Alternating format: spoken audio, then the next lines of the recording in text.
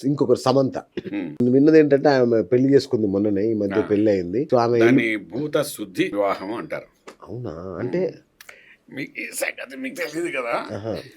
ఈ భూత శుద్ధి వివాహం అంటే నేను ఆల్రెడీ దీని మీద బయట ఒకసారి ఇచ్చాను మీకు. ఓకే. అదేంటంటే ఈ ఈషా ఫౌండేషన్‌లోని ఆ! ఆ! అక్కడ మీరు చేసుకుంది. అవును. కోయంబత్తూర్‌లో వెళ్ళినప్పుడు అవును. ఏంటంటే నేను వెళ్ళాను ఆ ప్లేస్‌కి. అచ్చా! చూసానన్నమాట. ఈషా ఫౌండేషన్ ఎలా ఉంటుందో చూసానన్నమాట. ఓకే. ఆ లోపల ఒక పెద్ద కొలను ఉంటుంది. ఆ కొలనులోని మధ్యలో శివుని యొక్క శక్తి ఉంటుంది. అచ్చా! విగ్రహం అది ఉంటుందన్నమాట. మీరు ఒకసారి వెళ్ళి ట్రై చేసి చూడండి. ఆ! కనబడుతుందంట. ఓకే. అందులో స్నానం చేయిస్తారు. అందులో స్నానం చేసి బయటకు వస్తే మన శరీరము శుద్ధి అయినట్టు లెక్కమాట. ఓహ్! సో ఏంటంటే ఇటువంటి అంటే నేను సింపుల్‌గా 2, 3 లైన్‌లో చెప్తున్నాను. దాని అదేలెండి. వాళ్ళు ఈషా ఫౌండేషన్ వాళ్ళ మన సమంత ఈషా ఫౌండేషన్‌లో అవును. మెంబర్ అవును. అవును. ఉంది కాబట్టి ఈయన ఏం చేశారంటే అక్కడికి తీసుకునెళ్ళి అక్కడ ఫౌండేషన్‌లో వెళ్ళినప్పుడు ఆయన దగ్గర ఆయన ఆధ్వర్యంలోని ఆ!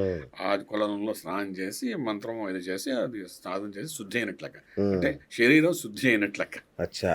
అఫీషియల్‌గా. ఓహ్! అలా చేసే శరీరం భూత శుద్ధి అంటే అలా అలా చేసిన అలాగ చేసుకొని వచ్చిన తర్వాత వివాహం చేసుకోవడం. ఓకే. సో దాన్ని వాళ్ళు భూత శుద్ధి. భూతం వివాహం. అంటే శరీరం. అదేలెండి. భూతం యొక్క శుద్ధి. ఆత్మని అన్నిటిని శుద్ధి చేసి వివాహం చేసుకున్నారు అని భూత శుద్ధి వివాహం కింద లెక్కేస్తారు. ఓహ్! నాకు తెలిసిన మట్టుకు అదే. అంతకన్నా ఇంకేం లేదు. నేను అదేలెండి. అక్కడికి వెళ్లి చూసొచ్చాను కాబట్టి చెప్తున్నాను. రైట్. రైట్. మరి అందులో ఇంకా ప్రక్రియలు ఇంకేముంటుందో మనకు తెలియదు. మనం అదేలెండి. మామూలుగా అలాంటి వివాహాలు మనం యాక్సెప్ట్ అంటే మనం చెయ్యరు. చేయమండి అది. ఓకే. అది వివాహం కింద తీసుకోవాలి. అలాగైతే లవ్ మ్యారేజ్, రిజిస్టర్ మ్యారేజ్‌లు ఎన్నో జరుగుతున్నాయి అంతే కదా! కదా! మరి అవును. అవి కూడా దాని లవ్ మ్యారేజ్ కూడా ఒక వివాహానికి లవ్ మ్యారేజ్ అంటున్నారు ముందు లవ్ పెట్టి. అవును.